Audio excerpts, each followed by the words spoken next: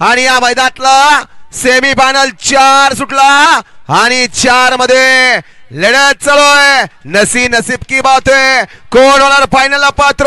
पलीकडे सुंदर अशी गाडी पळते. दोघात लढत शेवटला टाप टाकला.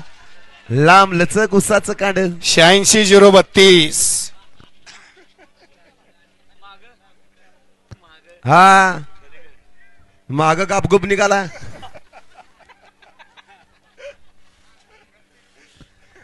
या ठिकाणी प्रसिद्ध बैलगाडी मला विष्णू शेठ मडके गुरसाळकर यांच्याकडून या ठिकाणी समालोचन करताना 500 रुपयाचे बक्षीस लाभ. दादा आपलं या ठिकाणी मनापासून धन्यवाद आहे. सेमीफायनल 4चा निकाल. सेमीफायनल 4चा निकाल आहे. तास क्रमांक 9 वरून धावलेली गाडी सुरेश इनामदार आंबेरी ही गाडी विजय त्या बैलगाडी मालकाचं त्यावर बसलेला लांब लचक असा 86-032.